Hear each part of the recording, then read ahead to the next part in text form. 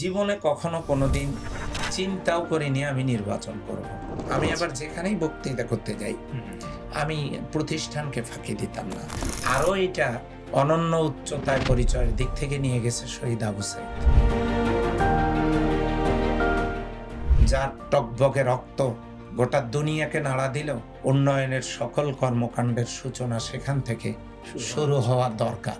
এই যে বড় অঙ্কের ডিমান্ড করা বা কন্ট্যাক্ট করা, যারা আসলে দিনে দায়ী, এটি তাদের জন্য কতটুকু শোভনীয়?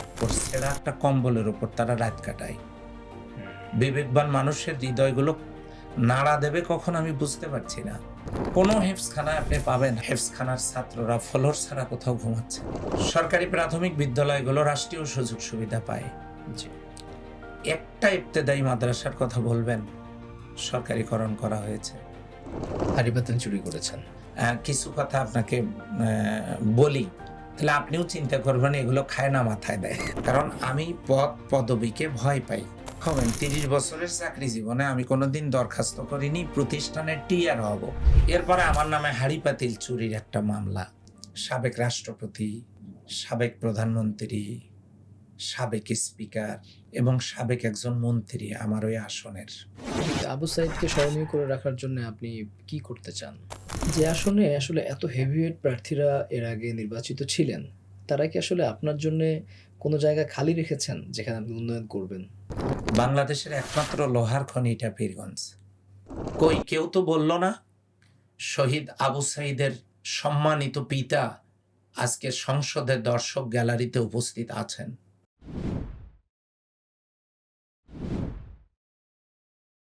আপনার প্রতিদিনের নামাজ কি শতভাগ শুদ্ধ হচ্ছে?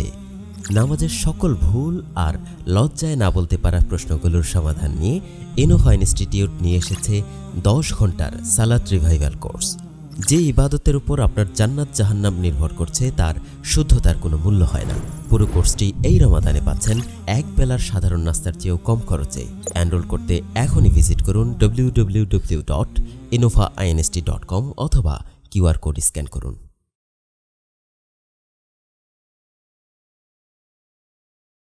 আসসালামু আলাইকুম, আমন্ত্রণ সবাইকে ইনোভা টক্সের আজকের পর্বে। আজ আমন্ত্রণ জানিয়েছি রংপুর 6 থেকে, যিনি ত্রয়োদশ জাতীয় সংসদ নির্বাচনে প্রতিদ্বন্দ্বিতা করে সংসদ সদস্য নির্বাচিত হয়েছেন। ধারণা করতে পারেন যেই আসনে সাবেক রাষ্ট্রপতি হোসেইন মোহাম্মদ এরশাদ, সাবেক প্রধানমন্ত্রী শেখ হাসিনা, সাবেক স্পিকার শিরিন শারমিন চৌধুরী নির্বাচিত হয়েছিলেন, সেই আসনে এবার বাংলাদেশ জামায়াত ইসলামীর একজন প্রার্থী তিনি নির্বাচিত হয়েছেন এবং সংসদ সদস্য হিসেবে ভূমিকা রাখছেন। আমন্ত্রণ জানিয়েছি মাওলানা নুরুল আমিন। কেমন আছেন? আলহামদুলিল্লাহ, অনেক ভালো আছি। আপনাকে পেয়ে আমরা খুবই আনন্দিত। আপনি এই মুহূর্তে খুবই ব্যস্ত সময় পার করছেন। তার মধ্যেও আপনি ইনোভা টক্সকে সময় দিয়েছেন। আমরা আপনার সম্পর্কে জানতে চাই। নানাবিধ কারণে আপনার সম্পর্কে আমাদের দর্শকদের একটা আগ্রহ আছে। ইনফ্যাক্ট আমাদের দর্শকদের বাহিরেও বাংলাদেশের নাগরিকদের একটা আগ্রহ আছে। কারণ একই সাথে আমি যে কথাটি বললাম যে একটা সময় যেই জায়গাগুলোতে বাংলাদেশের হেভিওয়েট প্রার্থীরা নির্বাচিত হয়েছিলেন, সেই জায়গায় আপনি জামায়াতের টিকেটে নির্বাচিত হয়েছেন। এটি তো আগ্রহের একটি বড় কারণ। পাশাপাশি আপনি বাংলাদেশ মাজলিসুল মুফাসসিরিনের কেন্দ্রীয় সেক্রেটারি জেনারেলের ভূমিকা আছেন। সেই কারণেও বাংলাদেশের আলেম সমাজ, বাংলাদেশের সাধারণ ধর্মপ্রাণ মানুষ আপনার সম্পর্কে জানতে চায়। আমরা বরাবরের মতোই আপনার জীবনের গল্পটা একেবারে শুরু থেকে শুনতে চাই। আপনি কি পীরগঞ্জেই জন্মগ্রহণ করেছেন? জি, তাহলে আমি শুরু করি। জি, জি। আলহামদুলিল্লাহ, আপনার সঙ্গে কথা বলার সুযোগ পেয়ে আল্লাহর শুকরিয়া আদায় করছি। জীবনের গল্প যেখান থেকে শুরু, রংপুর জেলার অন্যতম একটি উপজেলা হচ্ছে পীরগঞ্জ। এই পীরগঞ্জের একটা সম্ভ্রান্ত মুসলিম পরিবার, সে পরিবারে আমি জন্মগ্রহণ করি। আমাদের জন্ম যে গ্রামে, গ্রামটার নাম দুরামিঠিপুর। আচ্ছা। সেখান থেকে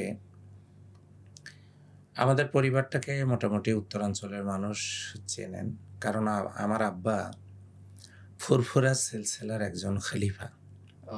উনি একজন পীর সাহেব। দেশে তৎকালীন সময় তিনি আল্লামা দেলাওয়ার হোসেন সাইদি রাহিমাহুল্লাহর সাথেও বেশ কিছু প্রোগ্রাম করেছেন, যেগুলোতে আমারও থাকার সুযোগ হয়েছিল। আচ্ছা, কি উনি নাম আপনার বাবার? উনি আলহাজ মাওলানা আজিজুর রহমান মিঠাপুরি পীর সাহেব। আচ্ছা, তো সেই পরিবারে আমি জন্মগ্রহণ করি। উনি কি জীবিত আছেন? উনি জীবিত আছেন, কিন্তু এখন আর সেই অবস্থানে নেই। কারো পরিচয় আর উনি ধারণ করে রাখার মতো স্মৃতিশক্তি তার নেই। আচ্ছা, আচ্ছা। আমি একটু মাঝখানে একটা ব্যাপার জানতে চাই, যেটি আপনি বললেন যে ফুরফুরা সিলসিলার পীর সাহেব ছিলেন। আমাদের এখানে বাংলাদেশে তো অনেক সিলসিলা আছে বা অনেক দরবার আছে। সাধারণ মানুষের মধ্যে একটা কিউরিওসিটি কাজ করে যে আসলে এগুলো কিভাবে আসছে বা এগুলোর আসলে ভিত্তি কি? একটু জানতে চাই যে ফুরফুরা এই যে একটা সিলসিলা, এইটা আসলে কি? আসলে বিষয়টা হচ্ছে, ভারতীয় উপমহাদেশে এই অঞ্চলটা হিন্দু অধ্যুষিত অঞ্চল ছিল। আচ্ছা। এখানে পূর্বপুরুষরা যারা আমাদের আকাবের, তারা মূলত এখানে মুসলিম ইসলামের সম্প্রসারণের জন্য তারা এই উপমহাদেশে কাজ করছেন। মসজিদ প্রতিষ্ঠা, মাদ্রাসা প্রতিষ্ঠা। আপনি দেখে থাকবেন যে আপনাদের দাদা বা আপনাদের পূর্বপুরুষদের জমি দলিল বের করে দেখবেন, নামের আগের দিকে লেখা আছে শ্রী শ্রী, আচ্ছা, এই আচ্ছা। কথাটা লেখা আছে। হ্যাঁ, হ্যাঁ, হ্যাঁ। তা এতে আমরা বুঝতে পারি যে এটা হিন্দু অধ্যুষিত এলাকা ছিল। আহ, এখানে মুসলিম সংস্কৃতি, শিক্ষা, ইসলাম এগুলোকে আল্লাহর দ্বীনের জন্য বিভিন্ন জায়গা থেকে আমাদের আকাবেরেরা এই দেশটাতে, এই অঞ্চলটাতে এসেছেন। তারা দ্বীন প্রচারের নিমিত্তেই এসেছেন। ভারতের সেইখানেই জন্মগ্রহণকারী মরহুম ফুরফুরার শরীফের যিনি পীর সাহেব আব্দুল হাই সিদ্দিকী রাহিমাহুল্লাহ সহ বড় বড় ওলামা ইকরাম, তারা এই দ্বীনের তাহজিব তামাদ্দুনকে ছড়িয়ে দেওয়ার জন্য যে মেহনত করেছেন, আমরা কোনোভাবেই এটাকে অস্বীকার করতে পারি না। মূলত আউলিয়া কেরাম, সাহাবা আজমাইন, তাবেঈন, তাবেঈনগণ যেভাবে দ্বীন প্রচার করেছেন, তারা সে সময় মসজিদ মাদ্রাসা প্রতিষ্ঠার মাধ্যমে দ্বীনের আলো জ্বালাবার জন্য চেষ্টা করেছেন। এখন নানা তরিকায়, নানা ভাগে বিভক্ত হয়ে পড়লেও মূলত হক্কানি ওলামা ইকরামদের একটা ঐক্য মিলন মেলা আমরা আগে থেকেই দেখতে পাই, যারা দ্বীন প্রচারের জন্য দায়ী হিসেবে ভূমিকা রেখেছেন। আচ্ছা, ফুরফুরা সিলসিলাটাও, ফুরফুরা দরবারটাও, যদিও এটার মেইন মার্কাজটা হচ্ছে ইন্ডিয়ায়, তারপরেও আমাদের বাংলাদেশে বিভিন্ন জেলাতেই তাদের মার্কাজ আছে। সেখানে মাদ্রাসা আছে, হেফজখানা আছে, মসজিদ আছে, খানকা আছে, যে দরবারগুলোতে হক্কানি ওলামা ইকরাম, পীর মাশায়েখগণ আজও তারা দ্বীনের দায়ী হিসেবে এবং দ্বীনের প্রচার প্রসারে তারা কাজ করছেন। এগুলোকে অস্বীকার করবার বিষয় না। একটা সময় যখন ইসলামী আন্দোলন দানা বেঁধে ওঠেনি, তখন মূলত এই সকল সম্মানিত ব্যক্তিদের দ্বারাই ইসলামকে জানার সুযোগ মানুষ পেয়েছে। তারই একটা দরবার হলো ফুরফুরা। এই ফুরফুরা দরবারে তখন যারা সম্পৃক্ত ছিলেন, অঞ্চল এলাকা কেন্দ্রিক তাদেরকে খেলাফত দেয়া হতো, আমি যেটা জেনেছি। আচ্ছা, আচ্ছা। তারই অংশ হিসেবে উত্তরাঞ্চলে আমার আব্বাকেও তারা খলিফা হিসেবে সনদ প্রদান করেন। সে সনদটাও আবার আমি দেখেছি, আচ্ছা। যে কিভাবে তারা সনদ দেন। তো উনি একজন খলিফা ছিলেন। আমি যেটা বলতেছিলাম সেটা হলো, এরকম একটা দ্বীনি পরিবারে আমি জন্মগ্রহণ করি। জন্মের তারিখটা সে সময় ওইভাবে লিখে রাখা হয়নি, তবে আমি পরবর্তীতে 1/3/1974 এটাই আমি সার্টিফিকেটে পাই, বা এটাই পরে হয়। আল্লাহু আলাম, আমি আসলে নিজে প্রকৃত ডেটটা তো নিজে জানবার কথা না, এই কারণে দিন তারিখ সম্পর্কে আমার যেটা জানবার, এটা 1/3/74। আচ্ছা, ছোটবেলার বেড়ে ওঠাটা কি ওখানেই? বেড়ে ওঠাটা, হ্যাঁ, আমি আমার পরিবারেই সেই দিনই পরিবেশেই বেড়ে উঠেছি। এক পর্যায়ে পরিবারের পক্ষ থেকে চিন্তা করা হয় যে আমাকে জেনারেল শিক্ষায় শিক্ষিত করা হবে। এই জন্য আমাদের গ্রামেই সরকারি প্রাথমিক বিদ্যালয়, সেখানে আমি প্রাথমিক শিক্ষা কমপ্লিট করি দুরামিঠিপুর সরকারি প্রাথমিক বিদ্যালয়। জি। এরপরে আমার পরিবার সিদ্ধান্ত নেয় যে না, আমাদের পক্ষ থেকে আলেম তৈরি হওয়া দরকার। ও মাঝখানে একটা কথা আমি বাদ দিয়েছি, সেটা হলো আমরা 4 ভাই 4 বোন। আচ্ছা। ভাই বোনদের মাঝে ভাইদের মধ্যে আমি দ্বিতীয়। আচ্ছা আচ্ছা। আর ওখানে বড় হয়ে প্রাথমিক শিক্ষা শেষ করার পরে পরিবারের সিদ্ধান্ত হয় যে আমাকে আলেম বানানো হবে। আমি তো তখন আসলে আমি কোন লাইনে যাব এইটুকু আমার বোঝার মতো বয়স হয় নাই। এরপরে আমাকে মাদ্রাসায় দেয়া হয়। সেই মাদ্রাসা থেকে আমি ওই মাদ্রাসা আমাদের স্থানীয় পীরগঞ্জেই, প্রপারেই মাদ্রাসা, পীরগঞ্জ ফাজিল ডিগ্রি মাদ্রাসা। ওইখানে আমি পড়াশোনা করি এবং সেখান থেকে আমি দাখিল পাশ করি। আচ্ছা। দাখিল যখন আমি উত্তীর্ণ হই, অত্যন্ত কৃতিত্বের সাথে উত্তীর্ণ হই। দাখিল শেষ করার পর আমি ওখানে মাদ্রাসায় পড়াকালীন সময়ে আমি ইসলামী ছাত্র শিবিরে যোগদান করি। সালটা 86 সাল। আচ্ছা। এরপরে শিবিরের যে সাংগঠনিক স্তর, যেটাকে ক্যাডার বলা হয়, অনেকে আবার এই ক্যাডারের ভুল ব্যাখ্যা করেন। আচ্ছা। তো শিবির হচ্ছে ক্যাডার ভিত্তিক সংগঠন। এইটা প্রথমে সমর্থক, তারপরে কর্মী, তারপরে সাথী, তারপরে সদস্য হতে হয়। তো আমি সমর্থক ফরম পূরণ করি 1986 সালে। এরপরে পড়াশোনার পাশাপাশি ইসলামী ছাত্র শিবিরের যে অনিবার্যতা, এটা আমি বুঝতে পারি। তারা একদিক থেকে নীতি নৈতিকতা যেমন এগুলো নিজেরা অনুশীলন করেন এবং অন্যদেরকে উদ্বুদ্ধ করেন, পাশাপাশি পড়াশোনার ব্যাপারে তাদের একটা রুটিন ফলো করতে হয়। এটা আমাকে সবচেয়ে বেশি ভালো লাগছে যে ইসলামী ছাত্র শিবির যে তাদের ম্যান পাওয়ারকে ক্যারিয়ার বিল্ড আপের ক্ষেত্রে যে প্রসেস তারা গ্রহণ করেছে, পদ্ধতিটা গ্রহণ করেছে, এটি বিজ্ঞানসম্মত। এবং শিবিরের এই কর্মকাণ্ডটাকে শৈশব থেকে একটা বাচ্চাকে আল্লাহর ভালো গোলাম বানাতে পারে, রাসূল সাল্লাল্লাহু আলাইহি ওয়াসাল্লামের ভালো উম্মত বানাতে পারে। এবং এই পদ্ধতি, এই কোরআন হাদিস, ইসলামী সাহিত্য, সলাত, তাদের যে এই কর্মসূচি, এগুলোর দ্বারা তারা একজন ভালো মানুষ তৈরি করতে পারে। তা আমরা দেখতে পাচ্ছি সেই সময় আমরা যাদের সাথে ইসলামী ছাত্র শিবিরে সম্পৃক্ত ছিলাম, তারা আজকে বাংলাদেশে অনেক জায়গায় গুরুত্বপূর্ণ দায়িত্ব পালন করছে এবং তারা সৎ মানুষ হিসেবে পরিচিত। যেমন তারা সুদ, ঘুষ, দুর্নীতিমুক্ত। কাদের কথা বলছেন?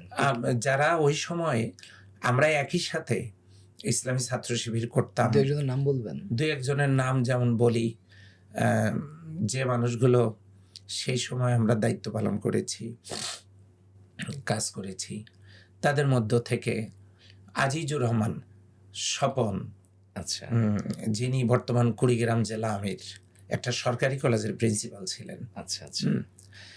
আমি শুধু না, ওই এলাকার মানুষ কোনো প্রশ্ন ছাড়াই যাকে ভালো মানুষ হিসাবে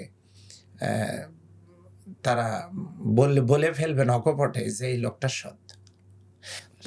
তার হাতেই আমি প্রথম এই ইসলামী ছাত্র শিবিরের সমর্থক ফরমটা পূরণ করি। আমি যাদেরকে দায়িত্বশীল হিসেবে পেয়েছি তাদেরকে আমি দেখেছি যে তারা অনেক ভালো মানুষ। আর এরপরে আমি 1988 সালেই আমাকে আবার পীরগঞ্জ উপজেলা ইসলামী ছাত্র শিবিরের সভাপতির দায়িত্ব নিতে হয়। অনেক চড়াই উতরাই। তখন কোন ক্লাসে পড়েন আপনি? তখন আমি ক্লাস 10-এ পড়ি, অর্থাৎ দাখিল 10মে পড়ি। এবং তখন আপনি থানা সভাপতি? থানা সভাপতি। আচ্ছা, এরপরে এই দায়িত্ব পালন করি। এরপরে আমি ওই প্রতিষ্ঠান থেকেই, আগেই বলেছিলাম যে পীরগঞ্জ ফাজিল ডিগ্রি মাদ্রাসা থেকেই আমি কৃতিত্বের সাথে আলিম উত্তীর্ণ হই। এরপরে 91 সালে উত্তর জনপদের সবচাইতে বড় প্রতিষ্ঠান কারমাইকেল বিশ্ববিদ্যালয় কলেজ। হ্যাঁ হ্যাঁ। অনেক গৌরবোজ্জ্বল ইতিহাস এটি রয়েছে। এই কারমাইকেল বিশ্ববিদ্যালয় কলেজে আমি ভর্তি হই বাংলা সাহিত্যে। এই কলেজে তো প্রফেসর গোলাম আজম, জি, তিনি এখানে। এই কলেজেই ভাষা সৈনিক ডাকসুর সাবেক জিএস মরহুম প্রফেসর গোলাম আজম রাহিমাহুল্লাহ ওখানকারই রাষ্ট্রবিজ্ঞানের প্রফেসর ছিলেন। এবং এই কলেজেই অনেক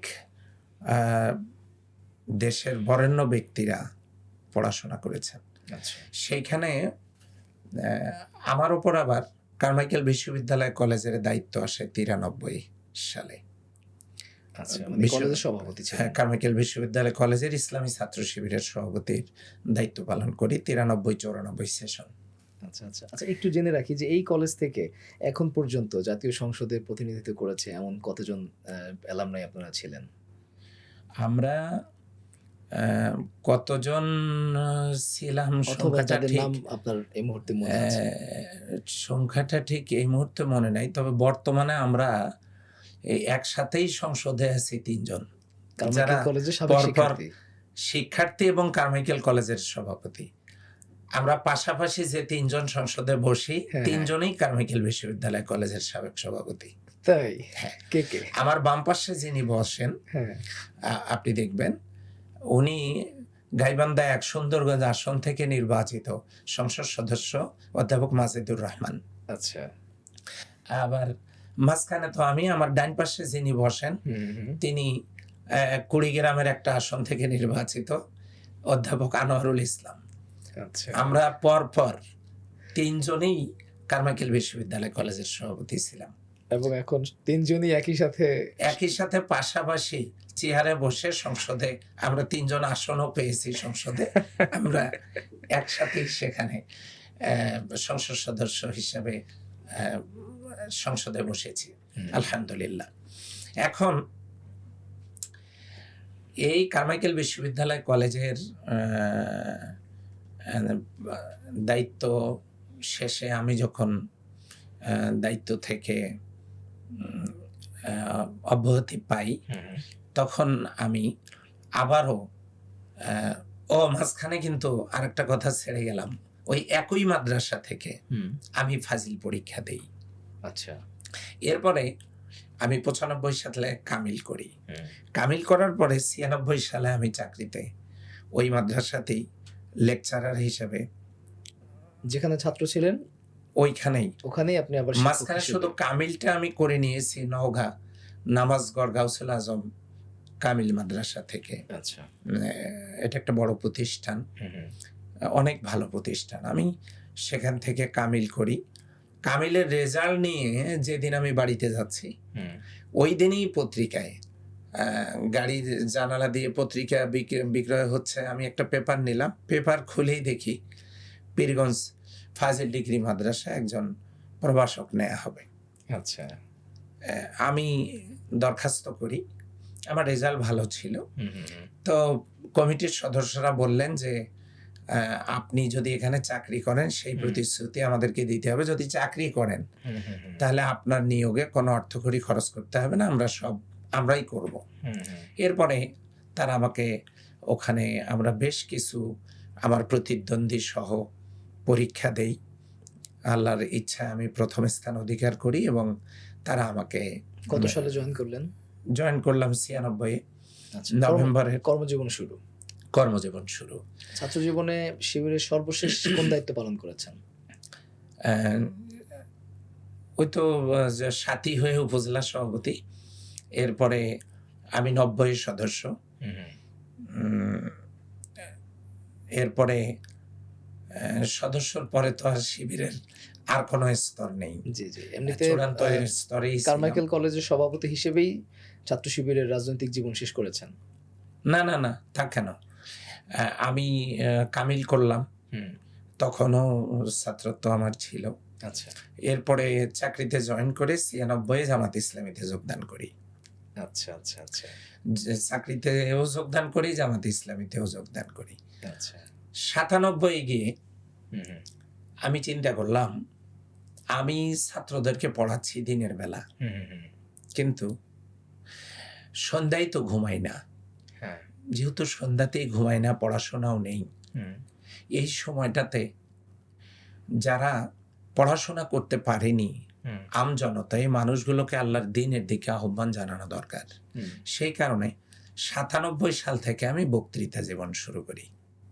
আচ্ছা আপনি জেনে থাকবেন যে বক্তৃতা জীবনে আলহামদুলিল্লাহ আমার শুরুটা 97 হলেও হুম হুম সেই সময় থেকেই আল্লাহ আমাকে সকলের মাঝে একটা প্রিয়তা দান করেছেন। আমাদের বড় বড় আলেমেরা আমাকে অত্যন্ত স্নেহ করতেন। আমি ওই সময়ে আল্লামা দেলোয়ার হোসেন সাইদি হুম রাহিমাহুল্লাহ উত্তরাঞ্চল সফর ছিল তার 10 দিনের। আচ্ছা সৌভাগ্যক্রমে আমি তার সফর সঙ্গীও ছিলাম। আচ্ছা অনেক কাছে থেকে আমি তাকে দেখেছি। তার তাকওয়া, তার পরহেজগারি, তার ব্যক্তি জিন্দেগিতে আমল, এগুলো আমাকে অনুপ্রাণিত করেছে। কাছে থেকে এমন একজন ব্যক্তিকে আমি 10 দিন ধরে দেখেছি। তার তুলনা আসলে করার মতো না, তার তুলনা তিনি নিজেই। বিশেষ কোনো স্মৃতি মনে পড়ে তার সাথে? বিশেষ কোনো স্মৃতি, একটা স্মৃতি মনে পড়ে, যেটা আমাকে সবসময় একটু আনন্দও দেয়, আবার অনুপ্রেরণাও যোগায়। সেটা হলো, ওনার জন্য একখানে অনেক খাবারের অ্যারেঞ্জমেন্ট করা হয়েছে। হুম এই খাবারগুলো দেখে উনি মজা করে বললেন, এত খাবার যিনি খান তারে দিয়ে অন্তত বেশি কাজ হওয়ার সম্ভাবনা কম। আচ্ছা এটা মজা করে উনি বলছিলেন। হ্যাঁ এত খাবারের অ্যারেঞ্জমেন্ট থেকে সামান্য একটু রুটি ছিঁড়ে নিলেন উনি। হুম হুম হুম, রুটির এক টুকরো একটু সবজি মুখে দিয়ে বললেন, আমার হয়ে গেছে আলহামদুলিল্লাহ, সব খাবার ইসলামী ছাত্র শিবিরের এই নেতাদের, এই কর্মীদের মাঝে ভাগ করে দাও, তারা খাক। আল্লাহু আকবার। এরপরে আমি যখন আহ, কারমাইকেল বিশ্ববিদ্যালয় কলেজের দায়িত্ব পালন করার সময় যখন আমি ওখানে পড়াশোনা করি, তখন স্বৈরাচার বিরোধী আন্দোলনের একটা উত্তপ্ত সময়ে একবার আমি গ্রেপ্তার হই এবং জেলে যাই। আচ্ছা এরপরে ছাত্র জীবনে আপনার জেল জীবন শুরু হলো।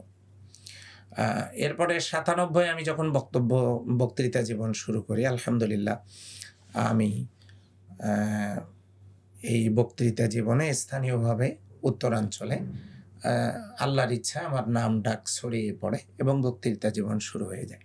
97 থেকে এখন অবধি বলা যায় যে 30 বছরের অধিককাল সময় ধরে আপনি টানা বক্তৃতা করছেন। হ্যাঁ, আল্লাহর রহমতে আমি করে চলছি। এখন এখন যদি সংখ্যা জানতে চাওয়া হয় যে এই 30 বছরে আপনি আনুমানিক কত শত অথবা কত হাজার বক্তৃতা করেছেন? এটা তো আসলে ক্যালকুলেটর ছাড়া হিসাব করা সম্ভব না। আর শুরু থেকে ডায়েরি মেনটেন করা হয় নাই আচ্ছা সংখ্যাটা। তবে এতটুকু বলতে পারি যে প্রত্যেক বছরে 6 থেকে 7 মাস ব্যস্ত ছিলাম বক্তৃতা নিয়ে। বক্তৃতা নিয়ে। দিনে একটা বা দুইটা মাহফিল থাকতো? 2টা কম থাকতো, কারণ আমি চাকরিজীবী মানুষ। তো আমি আবার যেখানেই বক্তৃতা করতে যাই, আমি প্রতিষ্ঠানকে ফাঁকি দিতাম না। আচ্ছা রাতেই ব্যাক করতেন? হ্যাঁ, ক্লাস শেষ করে রওনা করতাম, গিয়ে মঞ্চে উঠতাম, মঞ্চ থেকে নেমে ব্যাক করতাম, সারা রাতে গাড়ি চালায় এসে আমি, আল্লাহ আমাকে ডিউ টাইমে পৌঁছাতেন এবং আমি ক্লাসটা নিতাম। বাহ আমি প্রতিষ্ঠান থেকে ছাত্রছাত্রীকে ফাঁকি দিয়ে আমি বক্তৃতা করে বেড়ানো, এটাকেও বৈধ মনে করতাম না। এই জায়গাটা একটা ডিফিকাল্ট জায়গা আমার পারসেপশনে। আমি দেখেছি যে যারা আসলে চাকরিজীবী বা যারা আসলে শিক্ষক, হ্যাঁ? তাদের পক্ষে আসলে ওয়াজের ময়দানে সময় দেওয়াটা খুব কঠিন। সারা বাংলাদেশের আনাচে কানাচে। কারণ ওই যে রাতে ব্যাক করে আবার পরদিন মাদ্রাসায় সময় দিতে হয়। এই সময়টা দেওয়া কিন্তু অনেকের জন্য কঠিন হয়ে যায়। অনেকের জন্য কঠিন। কারণ একই জায়গায় আবার পরের দিন যদি মাহফিল থাকে, তখন উনি হয়তো চিন্তা করেন যে সারা রাত বা 100 কিলো 200 কিলো জার্নি করে আবার যাবো, আবার আসবো। তার চাইতে আজকে মাদ্রাসা অফ থাক?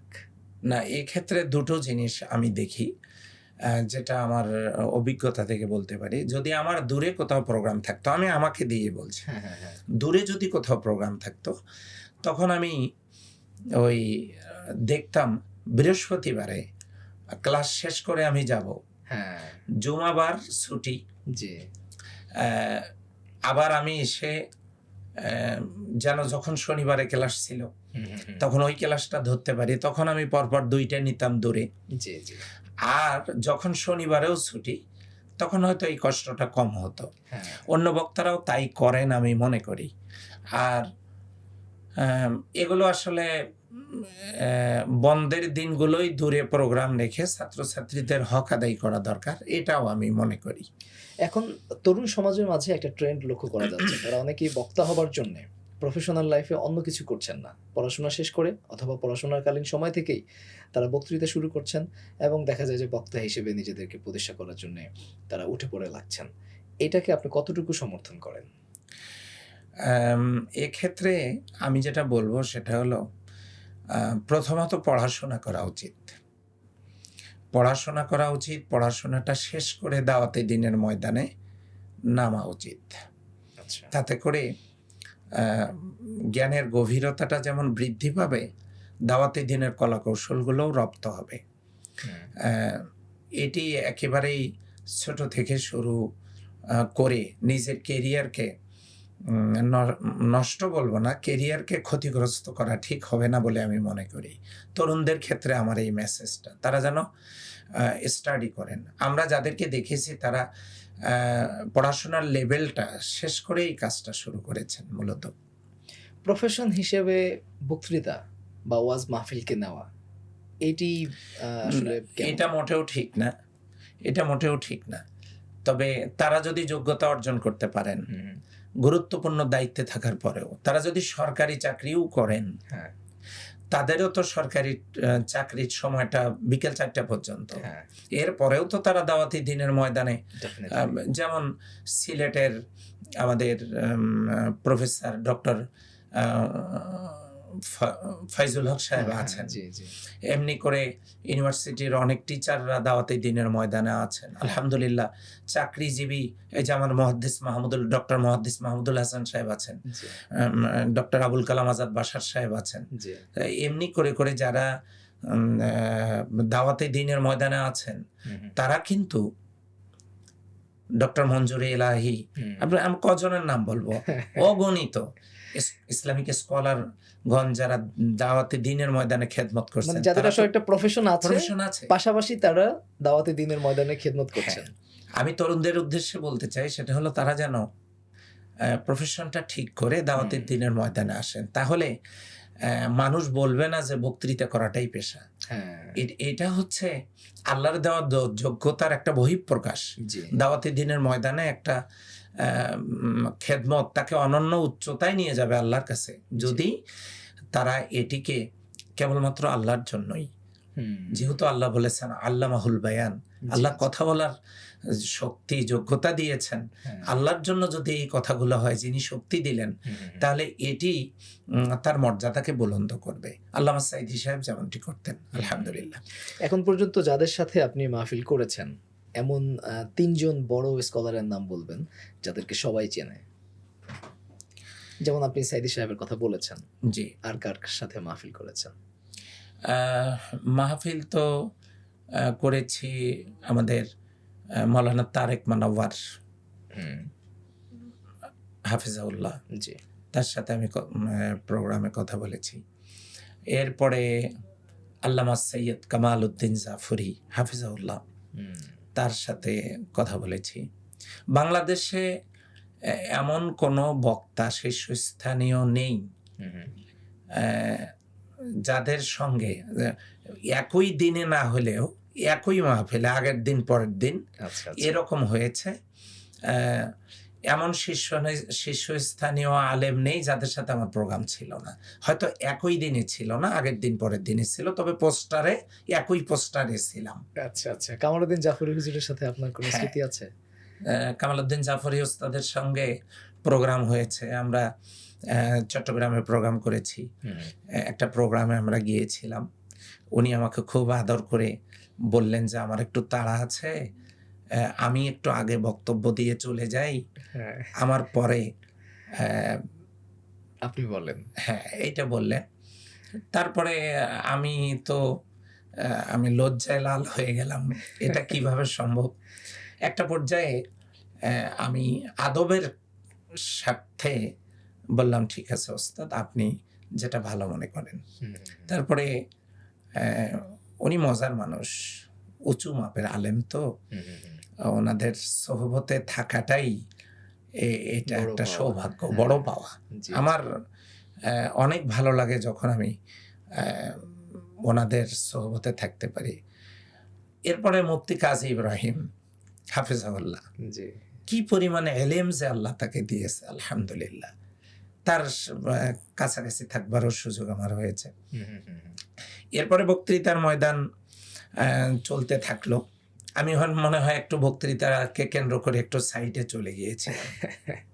এরপর আমি 2000 সালে বায়াত গ্রহণ করি জামাতে ইসলামীতে, রোকন হই। আচ্ছা, শহীদ মৌলানা মতিউর রহমান নিজামী, সাবেক আমিরে জামাত, জি, তার প্রতিনিধির হাতেই আমি বায়াত গ্রহণ করি। এরপর একটা পর্যায়ে আমি উপজেলা সেক্রেটারির দায়িত্ব পালন করি। তারপরে সেখান থেকে আমাকে রোকনেরা ভোট দিয়ে নির্বাচিত করে জেলা কর্মপরিষদ সদস্য হিসাবে। আবার দায়িত্বশীল রোকনেরা মজলিসে শুরার সদস্য হিসাবে নির্বাচিত করেন। জেলা মজলিসে শুরা কর্মপরিষদের সদস্য হিসেবে দায়িত্ব পালন করি। রংপুর জেলা ওলামা বিভাগের সভাপতির দায়িত্ব পালন করি। রংপুর জেলা মাদ্রাসা শিক্ষক পরিষদের সভাপতির দায়িত্ব পালন করি। এরপরে এই দায়িত্ব পালনগুলোর পাশাপাশি ইমাম সমিতিরও জেলার সহসভাপতির দায়িত্ব পালন করি। এই দায়িত্বের ভারে মানে অনেক দায়িত্ব আল্লাহ তাআলা তার এই গোলামকে দিয়ে পালন করিয়ে নেন। এরপরে এখন কোন দায়িত্ব পালন করছেন? এখন জেলা মজলিসে শুরা কর্মপরিষদ সদস্য, জেলা ওলামা বিভাগের দায়িত্ব, আচ্ছা, এটা তো আছেই। আর আমি এইদিকে নতুন করে আবার আমাদেরকে কেন্দ্রীয় মজলিসে শুরার সদস্য হিসেবে আমাদেরকে আর এটা আর একটা বিষয় যুক্ত হয়েছে। যারা আপনারা সংসদ সদস্য নির্বাচিত হয়েছেন তাদের প্রত্যেককেই কি কেন্দ্রীয় মজলিসে শুরায় নেওয়া হয়েছে? এইটা আমি এখনো জানি না প্রত্যেককেই কিনা, তবে আমি জানতে পারবো, নতুন মানুষ তো জানতে পারবো। এরপর আরেকটা ব্যাপার একটু জানতে চাই, জামায়াত ইসলামীতে বিশেষ করে আঞ্চলিক পর্যায়ে, জেলা পর্যায়ে এই ধরনের একটি কথা শোনা যায় যে সেখানে নেতৃত্ব কুক্ষিগত করে রাখার একটা প্রবণতা দায়িত্বশীলদের মধ্যে আছে। একজন দেখা যায় যে একজন জেলা আমির, তিনি 20-30 বছর ধরে জেলা আমির, একজন সেক্রেটারি তিনি 15-20 বছর ধরে সেক্রেটারি। তো এটাকে কি সাধারণ যে আমি যদি এটাকে একটা অভিযোগও বলি, এই অভিযোগটা কি আপনি সত্য বলে স্বীকার করবেন নাকি এটিকে অস্বীকার করবেন? প্রথমত জেলা আমির যিনি আছেন দীর্ঘদিন থেকে, নিঃসন্দেহে জামাত ইসলামীতে যে নির্বাচনের ক্রাইটেরিয়াটা, জি, এই ক্রাইটেরিয়াটা এখন অনেকেই ফলো করছেন। আচ্ছা, জামাত ইসলামীর নির্বাচনী ক্রাইটেরিয়াটাতে আসলে প্রশ্ন রাখবার মতো কোনো কিছু নেই। ভোটাধিকার প্রয়োগ করেন স্ব উদ্যোগে, কেউ নিজেকে ভোট দেন না, তিনি যাকে যোগ্য মনে করেন তাকেই ভোট দিয়ে নির্বাচিত করেন। অধিক সংখ্যক প্রাপ্ত ভোটের ভিত্তিতেই ফলাফল ঘোষণা করা হয়। তো রোকনেরা যদি ভোট দিয়ে একজনকে 10 বছর আমির রাখেন, তাহলে যিনি যাকে আমির রাখবেন বা দায়িত্বে রাখবেন তিনি নিজেও জানেন না, তিনি বরং দোয়া করেন আল্লাহ এই দায়িত্ব জাতীয় থেকে দায়িত্বে আর আমাকে এনো না আল্লাহ। তিনিও হয়তো এই দোয়াই করেন, আমি যেটা মনে করি। হ্যাঁ, হ্যাঁ, হ্যাঁ। আমি একটু পরে আপনাকে সে ব্যাপারে একটা মেসেজ দিব ইনশাল্লাহ। আচ্ছা। তো তারা নিঃসন্দেহে মতামতের ভিত্তিতেই নির্বাচিত হয়ে আসছেন। এটার সাথে আমি এ কথাও বলি যে একজন দায়িত্বশীলের চাইতে যোগ্য ব্যক্তি নাই, এ কথা বলার কোনো অবকাশ নেই। আচ্ছা। একজন দায়িত্বশীল যাকে করা হয়েছে তার চাইতেও অনেক অনেক অনেক অনেক বেশি যোগ্যতা সম্পন্ন ব্যক্তি হয়তো তার অধস্তনে আছে। হ্যাঁ অধস্তনে আছেন। কি মজার ব্যাপার দেখেন, তারা কখনো বিদ্রোহ করেননি, হ্যাঁ। তারা অত্যন্ত শৃঙ্খলার সাথে আনুগত্য করে চলছেন। এটা জামাত শিবিরের বিউটি বলতেই হবে। হ্যাঁ, আপনি আমার মনের কথাটাই বলেছেন যে তারা অকপটে আনুগত্য করছেন সেই দায়িত্বশীলের। আপনি দেখে জেনে অবাক হবেন, পঞ্চম শ্রেণী পাশ একজন দায়িত্বশীলের আনুগত্য করছে বিশ্ববিদ্যালয়ের টিচার। চিন্তা করা যায়? এটা কল্পনা করার মতো? এটা জামাতকে দিয়ে সম্ভব হয়েছে, শিবিরকে দিয়ে সম্ভব হয়েছে, আলহামদুলিল্লাহ। শিবিরের ক্ষেত্রে অবশ্য ওই রকম না। শিবির তো এখন আলহামদুলিল্লাহ সব ব্রিলিয়ান্টদের একটা ঠিকানা হলো ইসলামী ছাত্র শিবির। এখন এই কারণে কিন্তু একটা বিষয় শোনা যায় যে এই যে ত্রয়োদশ জাতীয় সংসদ নির্বাচনে আপনাদের সাথে এনসিপি এসেছে, হ্যাঁ, শোনা যায় যে এনসিপি আসলে জামায়াতের সাথে জোটবদ্ধ হওয়ার একটা অন্যতম কারণ তারা ভেবেছে যে জামায়াতের সাথে জোটবদ্ধ হলে সেখানে কোনো বিদ্রোহী প্রার্থী, জামায়াতের কোনো নেতৃবৃন্দ বিদ্রোহী হবেন না এবং তখন জামাতের পূর্ণ সাপোর্টটা পাওয়া যাবে। এই কারণেই তারা জামায়াতের সাথে আসলে জোটবদ্ধ হয়েছে বা একসাথে নির্বাচন করেছে। আসলে জোটবদ্ধ হওয়ার তো অনেকগুলো কারণ। আমাদের মূল কারণ হলো ফেসিবাদ মুক্ত দেশ, একটি দুর্নীতি মুক্ত দেশ, একটি মানবিক বাংলাদেশ। জি জি। আর কোনো মায়ের কোল খালি না হোক, এরকম একটি দেশ অনেকগুলো বিষয়ের সাথে ঐক্যমত্যে পৌঁছবার কারণেই মূলত ঐক্যটা হয়েছে। তো যে চেতনা জামাত লালন করে, চেতনার মিল থাকবার কারণে এনসিপিও আসলে এই চেতনাগত দিক থেকে, দৃষ্টিভঙ্গিগত দিক থেকে দূরত্ব অনেকটা কমে আসার কারণেই জোটটা বা ঐক্যটা হয়েছে আর কি। আমি ওই দিকে যাব না, বড়রা বলতে পারবেন, আমাদের যারা নেতা তারা বলবেন। সব ব্যাপারে সবাইকে কথা বলতে হয় না, আর আমি ওই পর্যায়ে নেই। আমি আমার জায়গার বাইরে লিমিট ক্রস করতে চাচ্ছি না। এখন জি, এভাবে চলে গেল বেশ কয়েকটি বছর। মাঝখানে কিন্তু বিয়ে সেরে ফেলেছি, ওটা কিন্তু বলাই হয়নি। 94 সালে বিয়ে করি। আচ্ছা, একটু পিছিয়ে আসতে হলো। আচ্ছা, 94 সালে বিয়ে করে, আপনিও প্রশ্ন করে জানতে চাচ্ছেন না, পরে আবার বলবেন আমার স্মরণ থাকবে না। 94-তে বিয়ে করি। আমার শ্বশুর পরিবারটাও সম্ভ্রান্ত পরিবার, আলহামদুলিল্লাহ। আমার উপজেলার মধ্যে এক নামে তাকে চেনে সবাই। তার একমাত্র মেয়ে আমার স্ত্রী। তার গর্ভে আল্লাহ তাআলা দুটো সন্তান দেন। প্রথমটা দেন মেয়ে এমবিবিএস ডাক্তার, মাশাআল্লাহ। আর ছেলে কুষ্টিয়া ইসলামী বিশ্ববিদ্যালয় থেকে আইনে সে অনার্স শেষ করেছে, এখন মাস্টার্সে। আপনার বাবা একজন পীর সাহেব ছিলেন। জি। আপনি একজন মাদ্রাসার ছাত্র এবং শিক্ষক। জি। আপনার ছেলে মেয়েদেরকে মাদ্রাসায় পড়ালেন না কেন? তারা মাদ্রাসায় পড়তো।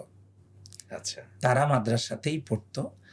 ইসলামিক প্রাথমিক জ্ঞান শিক্ষা তারা মাদ্রাসা থেকে অর্জন করেছে এবং সার্টিফিকেটও অর্জন করেছে। তারা তাদের যোগ্যতার কারণে এই জায়গাগুলোতে জায়গা করে নিয়েছে, চান্স পেয়েছে এবং শিক্ষা জীবন কমপ্লিট করেছে, করার পথে।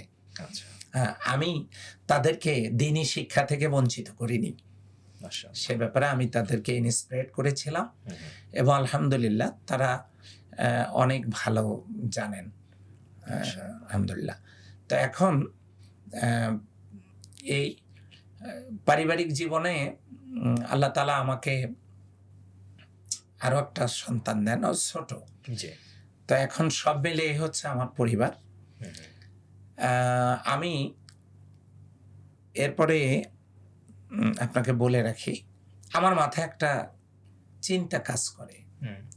বাংলাদেশে যারা দাওয়াতি দিনের কথা বলেন, জি এই যে আপনি দেখবেন বাদাম যারা বিক্রি করে তাদের একটা ইয়ে আছে, সমিতি আছে, আচ্ছা কুলি মজুরদের সমিতি আছে। সমিতি আছে হ্যাঁ আপনি দেখবেন এমন কোনো জায়গা নেই তাদের অ্যাসোসিয়েশন নেই, কমপক্ষে তাদের একটা ইউনিটি আমরা দেখতে পাই। হ্যাঁ কিন্তু সারা দেশে যারা বক্তব্য দেন এই লোকগুলোর কোনো সংগঠন নেই, আচ্ছা তারা একতাবদ্ধ হতে পারেন না, যে যার মতো বলছে। আর এক একজনের বক্তব্য তো আপনারা হয়তো শোনেন, কে কি বলছে, কে কাকে কখন কাফের ফতোয়া দিচ্ছে। হ্যাঁ, আমি ওইটা বলবো না।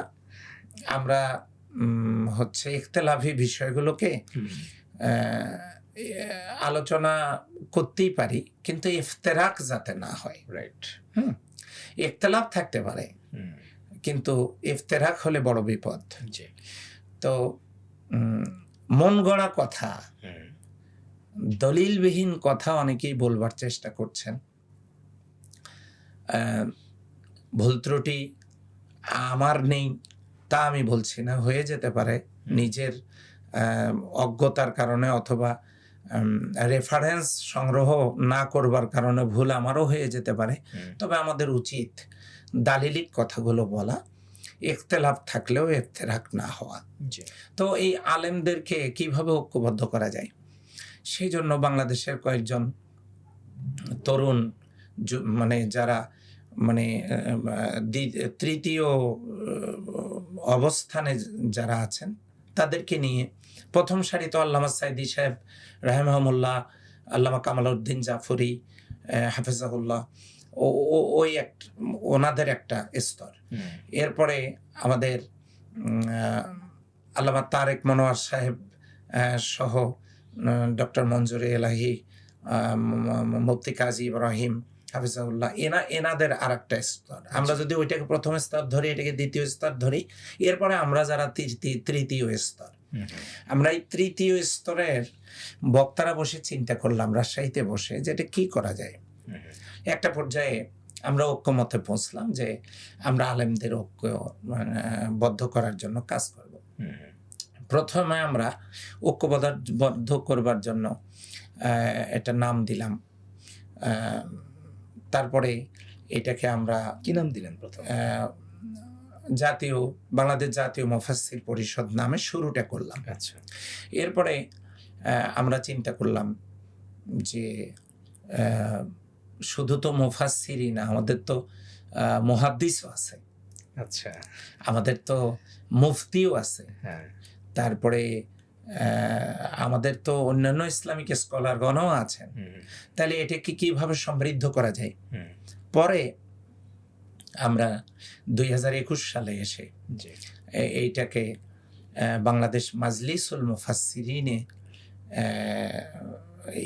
এই নামে আমরা যাত্রা শুরু করলাম।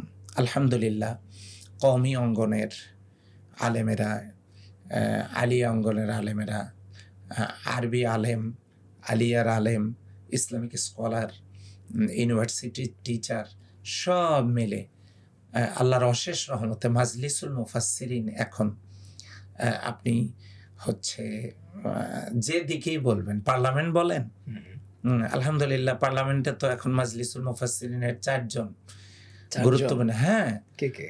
আপনি আমি তো আল্লাহ আমাকে তো রাখছেনি, আমি আছি রংপুর 6 আসন থেকে। কুষ্টিয়া সদর থেকে আছে আমাদের জাতীয় পরিষদের সদস্য মুফতি আমির হামজা। এরপরে আমাদের আছেন নীলফামারী থেকে আছেন রংপুর বিভাগের সহসভাপতি অধ্যক্ষ মাওলানা আব্দুস সাত্তার এমপি, তিনি আছেন।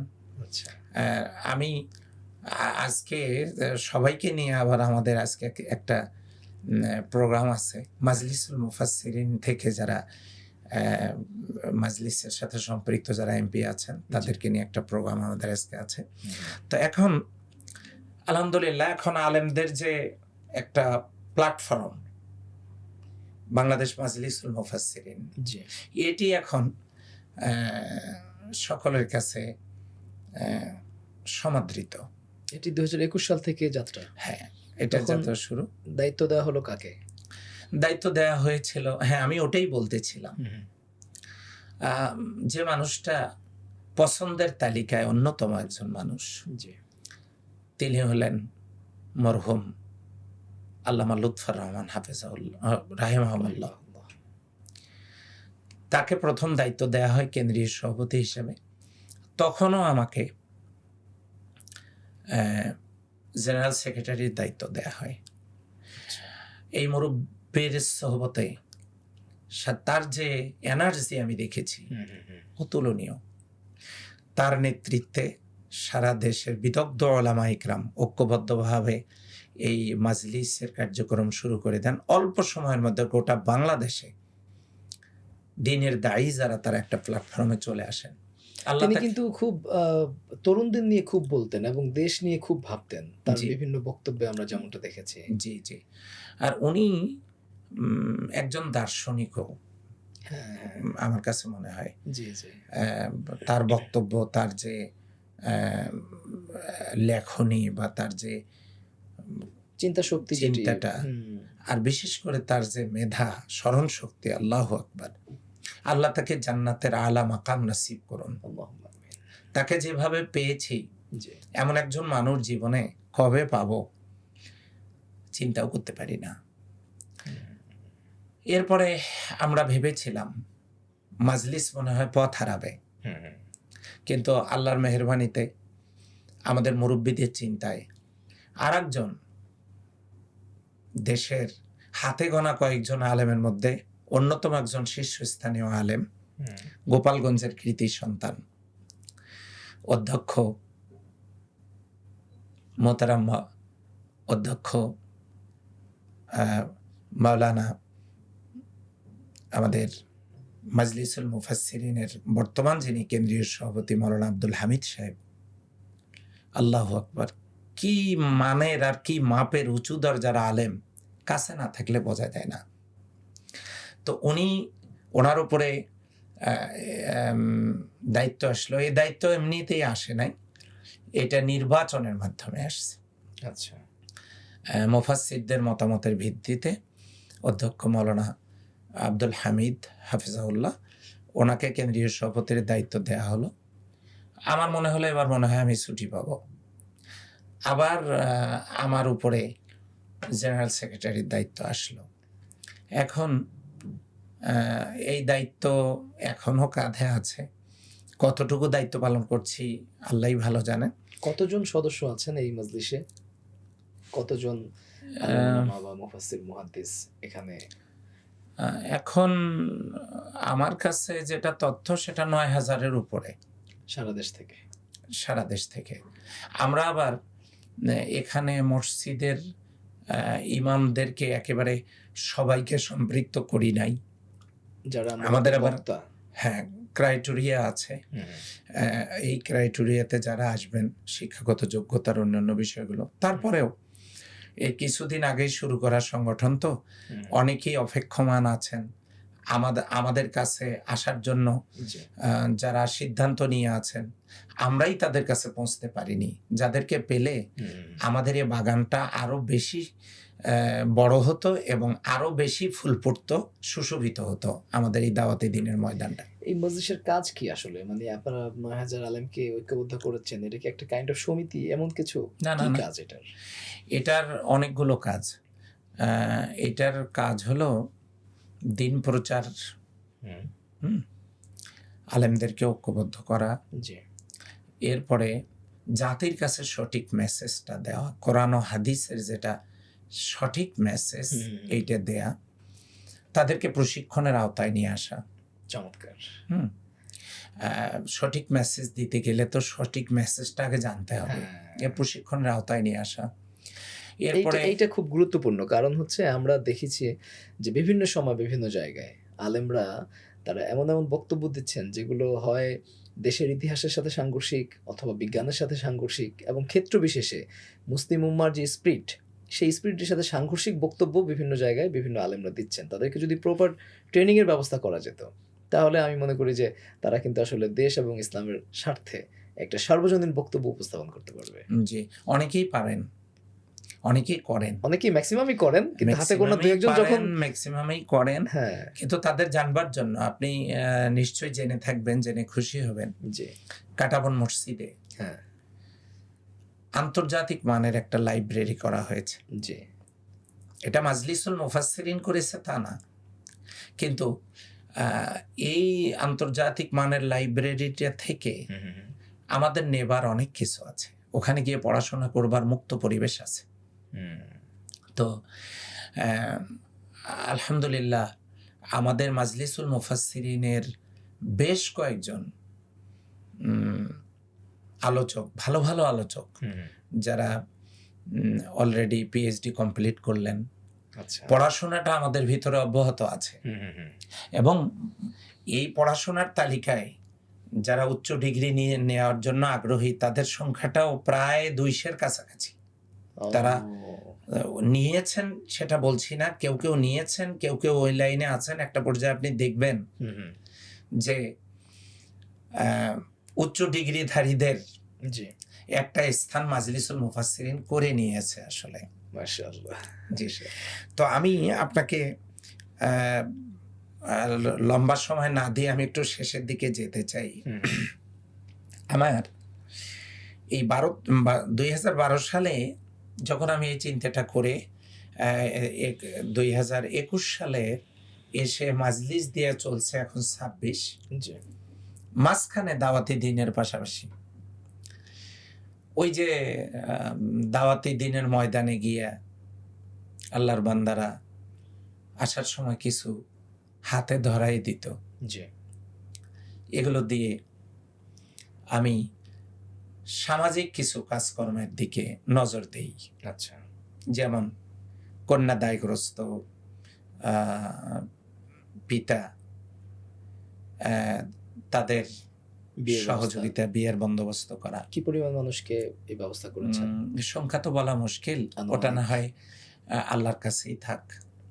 আমি জানতে চাচ্ছি আসলে আমাদের দর্শকরা ইন্সপায়ার্ড হবে যে একজন আলেম তিনি আসলে আমাদের এই যে এটা তো একটা সোশ্যাল ব্যাধি আমি বলবো, যে এই যে যারা আসলে কন্যা দায়গ্রস্ত আছেন তাদের প্রতি আসলে রাষ্ট্রের যেখানে দায়িত্ব নেবার কথা ছিল, যেখানে সমাজের বিত্তশালীদের দায়িত্ব নেবার কথা ছিল, সেখানে আপনি একজন আলেম হিসেবে যে ভূমিকা রেখেছেন, এটা আমি মনে করি যে শুধু আলেম না বরং আমাদের পুরো দেশবাসীকে ইন্সপায়ার্ড করবে। আমাদের যে সকল দর্শক শ্রোতা আছেন তারা ইন্সপায়ার্ড হবে।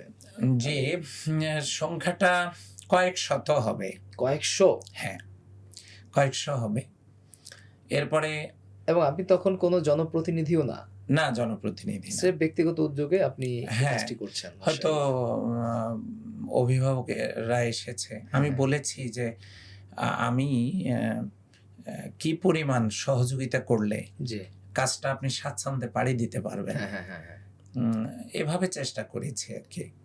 আল্লাহ যদি কবুল করেন, তো আল্লাহ তাদেরকে সুখে রাখুক, দাম্পত্য জীবনকে সুখময় করে দিন, দোয়া করি। এরপরে মসজিদ, মাদ্রাসা, বেশ কিছু জায়গায় টিউবওয়েল দেয়া, টিউবওয়েলে যেখানে পানির সমস্যা তাদের। এরপরে কিছু মানুষকে বাড়িঘর, টিন হয়তো গেছে, নষ্ট হয়ে গেছে, সহযোগিতা। উত্তরাঞ্চল তো শীত প্রধান এলাকা, হিমালয় নিকটে আপনি জানেন, তো ওইখানে শীতের সময় শীতের কাপড়, কম্বল এগুলো বিতরণের বন্দোবস্ত করা। এভাবে কিছু মানুষের পাশে, মাঝে মাঝে আমাদের বন্যা দুর্গত এলাকা, বিভিন্ন এলাকায় বন্যা হয়, সেগুলোতে সহযোগিতা পাঠানো, সাধ্যমতো সহযোগিতা করা। এরপরে আমি শিক্ষকতার জীবনে আমার এই 30টি বছরে গরিব মেধাবী ছাত্রদের ফর্ম পূরণের ব্যবস্থা, তাদের টাকাটা আমি দেয়া, তারপরে সাধ্যমতো যতজনকে পেরেছি। আমার আব্বার একটা এতিমখানা প্রতিষ্ঠান আছে, তো আব্বা এখন তিনি শারীরিকভাবে নুয়ে পড়ার কারণে ওই প্রতিষ্ঠানের বাচ্চাদের দিকে নজর দেয়া। তাছাড়া আমি বেশ কয়েকজন এতিমের লালন পালন, তাদের প্রতিষ্ঠা পর্যন্ত আমি তাদের পিছনে সময়, শ্রম এবং অর্থ ব্যয় করার তৌফিক আল্লাহ আমাকে দিয়েছেন। মাশাআল্লাহ। এই কাজগুলো সামাজিক কিছু কাজ, সামাজিক যে কাজগুলো বোঝায় আর কি, শুধু আমি একা করেছি তা না, আমার সাথে আমার দলের নেতা কর্মীরাও কোনো কোনো জায়গায় আমাকে অ্যাসিস্ট করেছেন, সহযোগিতা করেছেন। আমরা সম্মিলিতভাবে অনেকগুলো কাজ করেছি। জি। এই কাজগুলো এখানে আমি একটা বিষয় একটু জানতে চাই বক্তাদের ক্ষেত্রে। আপনি যেমনটি বললেন যে আসলে বক্তব্য শেষে মানুষ আপনাকে যে হাদিয়াটা দিয়েছে সেই হাদিয়া থেকে আপনি সামাজিক কাজগুলো করেছেন। অনেক সময় দেখা যায় যে সকল বক্তারা আসলে কন্ট্রাক্ট করেন এবং বলা যায় যে কমিটি থেকে জোর করে মোটা অঙ্কের টাকা নেন। তারাও কিন্তু বিভিন্ন সামাজিক কাজ, বিভিন্ন মসজিদ, মাদ্রাসা ইত্যাদি করছেন এবং তখন তারা এটাকে আমি আমার ভাষায় বলব যে একটা অজুহাত হিসেবে উপস্থাপন করছেন যে, আমার তো মসজিদ আছে, আমার তো মাদ্রাসা আছে, সেখানে অনেক ছেলেপেলে দেখতে হয়। সো আমাকে আপনি কেন টাকা দিবেন না?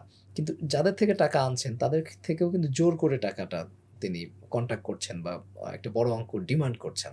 এই যে বড় অঙ্ক ডিমান্ড করা বা কন্ট্যাক্ট করা যারা আসলে দিনে দায়ী, এটি তাদের জন্যে কতটুকু শোভনীয়? আসলে কন্টাক্ট ডিমান্ড আপনি যেটা বলছেন, এটা যদি কোরআনের দিকে ছেড়ে দেই জি। যে ইত্তাবিউ মাল্লা ইসআলুকুম আজরা। আজরা ওয়া হুম মুহতাদুন, এই যে কথাটা বলা হয়েছে, তাদের আনুগত্য করো যারা তাদের কাজের বিনিময়ে কিছু চান না। জি। ডিমান্ড, চুক্তি, এই বিষয়গুলো ওনারাও ভালো জানেন। আমি মনে করি না এই কাজটা কেউ করেন। যদি করেন, আমি সে সকল ওলামা হজরতদেরকে, দিনের দায়ীদেরকে বলবো সূরা শুআরাটা ওনারা পড়ে দেখবেন।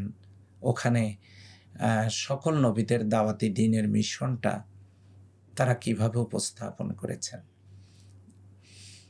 আর যারা বিভিন্ন বিষয় উল্লেখ করে, কিছু কিছু ওলামা হজরতদের মাদ্রাসা আছে, জি। এটাও একেবারে ফেলে দেওয়ার মতো না। আর আপনি তো জানেন যে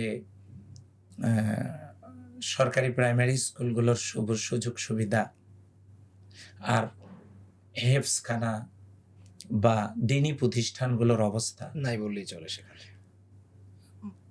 ধনী পরিবারের বাচ্চাগুলো বক্স খাটে ঘুমাচ্ছে, আর পৃথিবীর শ্রেষ্ঠ কিতাব পড়তে এসে হেফজখানার ছাত্ররা ফ্লোরে একটা কম্বলের উপর, ছেঁড়া একটা কম্বলের উপর তারা রাত কাটায়।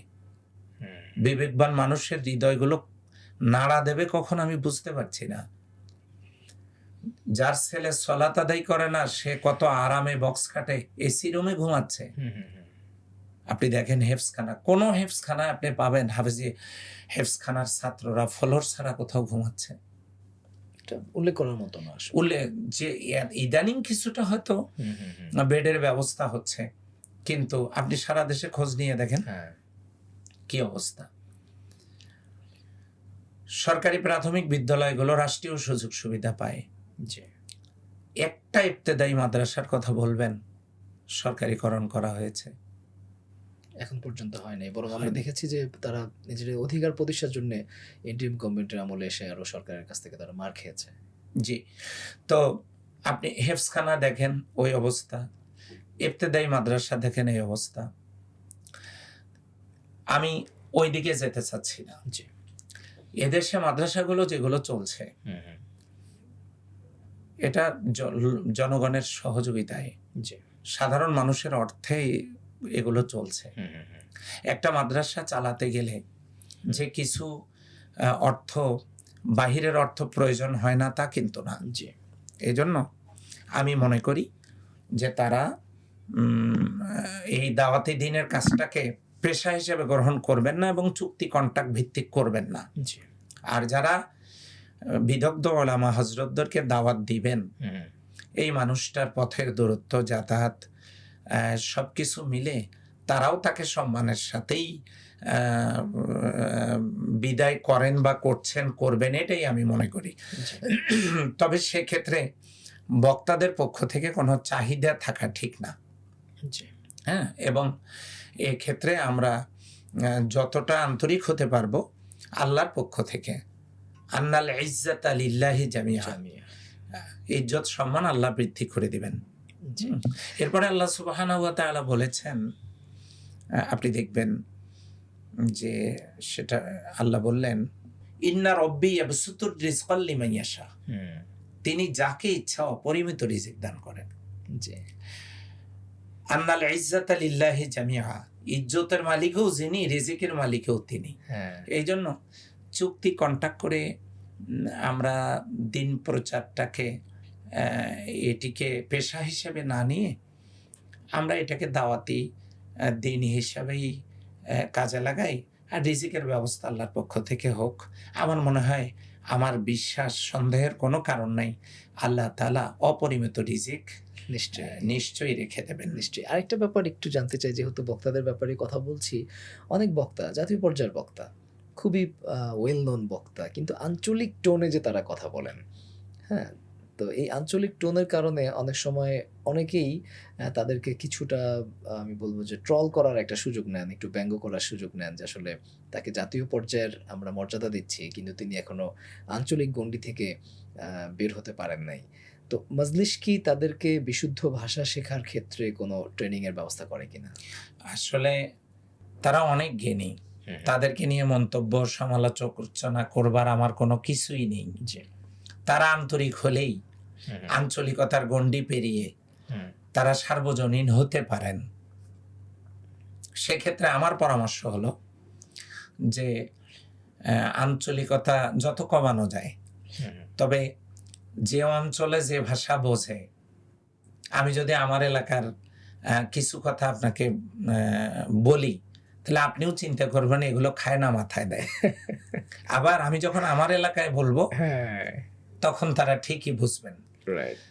তো এই আঞ্চলিকতাটা স্থান, কাল, পাত্র ভেদে কেউ কেউ ব্যবহার করেন। বড় বড় বক্তাদের মুখ থেকেও আমরা রসিকতার ছলেও কিছু আঞ্চলিকতা দেখতে পেয়েছি, আমরা শুনেছি। এখন একটু প্রসঙ্গ অন্যদিকে নিতে চাচ্ছি, সেটা হলো আমার শুরুটা করেছিলাম আমার সেই ছোট্টবেলার শৈশব থেকে। আমি যখন এই সামাজিক কাজগুলো করছিলাম, সাংগঠনিক দায়িত্বের কারণেও অনেক কিছু দায়িত্ব এলাকাভিত্তিক পালন করতে গিয়ে অনেকেরই রসানলে আমি পড়ে যাই। আমি 2014 সালে আরেকবার জেলে গেলাম, দ্বিতীয়বারের মতো। আচ্ছা। একটা মিথ্যা মামলা, গ্রেপ্তার করা হলো, থানায় এনে বসায় রাখা হলো। গ্রেপ্তার করার সময় বলা হলো যে ওসি সাহেব আপনাকে একটু সালাম দিয়েছেন, উনি একটু কথা বলবেন, ডেকেছেন। কিছু বুঝে ওঠার আগেই আমাকে নিয়ে গেল, নিয়ে যাওয়ার পর বসায় রাখলো বিকেল 4টা থেকে রাত 1টা পর্যন্ত। আচ্ছা। সাক্ষাৎ আর নাই, তিনি সাক্ষাৎ করেন না। এরপর আমাকে থানা হেফাজতে নেওয়া হলো। কোনো মামলা দেয়া হয় নাই। কি মামলা দেয়া হয়? নামে কোনো মামলা নাই। এরপরে আমার নামে হাড়ি পাতিল চুরির একটা মামলা দেয়া হলো, তাও আবার আমার বাসা থেকে 17 কিলোমিটার দূরে গিয়ে। হাড়ি পাতিল চুরি করেছেন? না, নদীর ঘাটে এক মাঝি তার চুলা থেকে, উনুন থেকে আগুন বেড়ায় লেগে রান্নাঘরটা পুড়ে যায়। আচ্ছা। তিনি আবার অমুসলিম। উনি একটা দরখাস্ত দেন সাহায্য সহযোগিতার জন্য। এটা তাকে ইনস্প্রেড করে এটাকে মামলা বানানো হয়। আচ্ছা। মামলা বানায়া অগ্নিসংযোগ, হাড়ি পাতিল চুরি, অমুসলিমদের বাড়িতে অগ্নিসংযোগ, হাড়ি পাতিল চুরি, এগুলোর একটা মামলা সাজা আমাকে জেল হাজতে পাঠানো হয়। 14 সালে আমি গ্রেপ্তার হই, সেখানে আমি জেলে থাকি। এরপর জীবন থেমে থাকেনি। কতদিন ছিলেন এখানে? এই পর্বে? এই পর্বেও ছিলাম, আহ, মাসের কম ছিলাম। আচ্ছা। তো এখন এরপরে বাড়িতে রাত্রে ঘুমানো হয় না, হুম। বিভিন্ন খানে, আজ একজনের বাড়িতে, কাল আর একজনের খানকায়, হুম, হুম, হুম। এভাবে করে চলতে থাকে। আপনি নিজেও জানেন যে দেশের কি অবস্থাটা গেছে 17 বছর। জি। আবারও আমাকে আর একটা মামলায় জড়ানো হয়। আমি নাকি বিস্ফোরক উৎপাদনকারী হুম, হুম, হুম। এবং সেটা সরবরাহকারী। ও, তো এভাবে আর একটা মিথ্যা মামলা সাজানো হয়। এটাও 14 সালেই? এটা 18 সালে। আচ্ছা। সেখানে সেই মামলায় গ্রেপ্তার করা হয়। আপনি তখন জামাতের থানা সেক্রেটারি? না, জেলা কর্ম পরিষদ? জেলা কর্ম পরিষদ। আচ্ছা। না, তখন আমি, হ্যাঁ, জেলা কর্ম পরিষদ। হুম, হুম, হুম। তারপরে আমাকে শুধু গ্রেপ্তারেই না, হুম। রিমান্ডে নেওয়া হয়, শারীরিক টর্চার করা হয়। হুম, হুম, হুম। তারপরে আবারও জেলে বহুদিন থাকবার পর মুক্তি পাই। চলমান মামলা, অনেকগুলো মামলা, সেই মামলাগুলো চলতে থাকে। হুম। টানা 10 বছরের মতো মামলা চলে। আল্লাহ তাআলা 24-এর গণ অভ্যুত্থানে আমাকে মামলাগুলো থেকে এই কিছুদিন আগে এগুলো খালাস হবার? সেগুলো থেকে আমি রেহাই পাই। হুম। এরপরে আমি মানুষের সাথে, এলাকাতে, ওই যে আমার একটা সুযোগ ছিল, হলো বাড়িতে থাকা হয় না, যেহেতু আজকে এই বাড়িতে, কাল ওই বাড়িতে। আচ্ছা, এতে মানুষের করে সাথে আগে থেকে আপনার একটা সম্পর্ক ছিল আসলে? এতে করে যে বাড়িতে আমি রাত কাটিয়েছি, সেই মানুষগুলো আমাকে ভোলেনি। হ্যাঁ। সে মানুষগুলোর সাথে আমার একটা হৃদয়ের সম্পর্ক তৈরি হয়েছে। জি, জি। ফলে হয়েছেটা কি, আমি যখন ফ্রি হলাম, হুম, তখন আমি লোকজনের সাথে যখন মেশা শুরু করলাম, হুম, হুম, হুম। মানুষ আমাকে আত্মার আত্মীয় বানিয়ে নিল। জীবনে কখনো কোনোদিন চিন্তাও করিনি আমি নির্বাচন করব। আচ্ছা। আপনি জেনে অবাক হবেন, 30 বছরের চাকরি জীবনে আমি কোনোদিন দরখাস্ত করিনি প্রতিষ্ঠানের টিআর হব, শিক্ষক প্রতিনিধি হব। হ্যাঁ, হ্যাঁ। এই দরখাস্তটাও আমি করিনি। কারণ আমি পদ পদবীকে ভয় পাই ভীষণ। হুম। এখন আমাকে সংগঠন সিদ্ধান্ত নিল হুম। পরিবর্তিত পরিস্থিতিতে পার্লামেন্ট নির্বাচনের জি। আমিরে জামাতের প্রতিনিধি, সেখানে আমাকে প্রার্থী হিসেবে ঘোষণা করার পর 2 দিন তো খুব চিন্তায় ঘরেই কাটালাম, বাইরেও বেরোয়নি। আচ্ছা।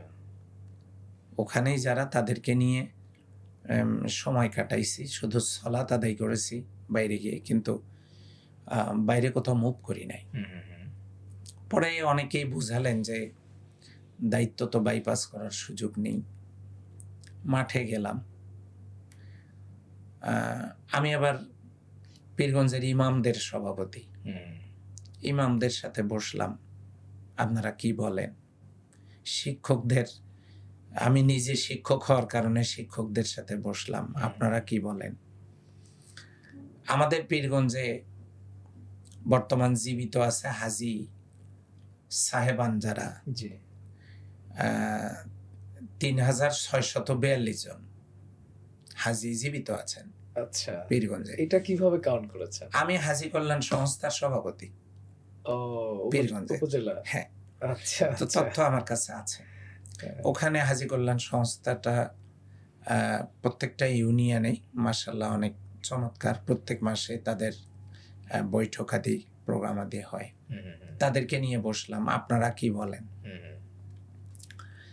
সুশীল সমাজ, সাংবাদিক, বিভিন্ন পর্যায়ের লোকজনের সাথে আমি আলাদা আলাদাভাবে বসলাম। জি। বসার পরে সংগঠনের দৃষ্টিভঙ্গির আলোকে আমি প্রচারণায় মাঠে নামলাম। হুম, আলহামদুলিল্লাহ মাঠটা প্রস্তুত হয়ে ওঠে। হুম, হুম। আমার প্রতিপক্ষ যিনি, তিনি নানাবিধ কৌশল অবলম্বন করেন আমাকে পরাজিত করবার জন্য। আচ্ছা। তো খুব কঠিন একটা প্রতিদ্বন্দ্বিতার মধ্য দিয়ে আমার বলতে ভালোই লাগছে একটা কথা, সেটা হলো যে আমার প্রতিদ্বন্দ্বী যত দল আছে হুম। এই নির্বাচনে আমি সব দলকে একখানে নিয়ে যাই, মানে সব দলকে একসাথে দেখার সুযোগ হয়েছে আমার। আচ্ছা, আচ্ছা। সবগুলো দল তারা একত্রিত হয়ে আমার বিরুদ্ধে তারা নির্বাচন করেছেন। আচ্ছা। আপনিই বলেছেন সাবেক রাষ্ট্রপতি, সাবেক প্রধানমন্ত্রী, সাবেক স্পিকার এবং সাবেক একজন মন্ত্রী আমার ওই আসনের। আচ্ছা। রাষ্ট্রপ্রধানরা নির্বাচিত সেখান থেকে হয়ে এমপি হয়ে দেশ পরিচালনা করেছেন জন্য আসনটা পরিচিত। হ্যাঁ।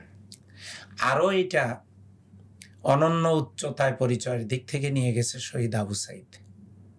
ও। শহীদ আবু সাইদ কিন্তু রংপুর ৬ পীরগঞ্জ আসনেরই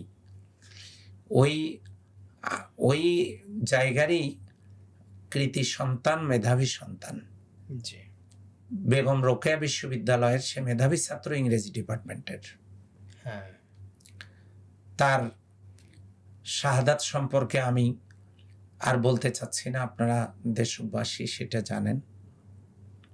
যদিও আজও পর্যন্ত বিশ্ববাসী সেই খুনের বিচার দেখল না, দেখতে পেল না।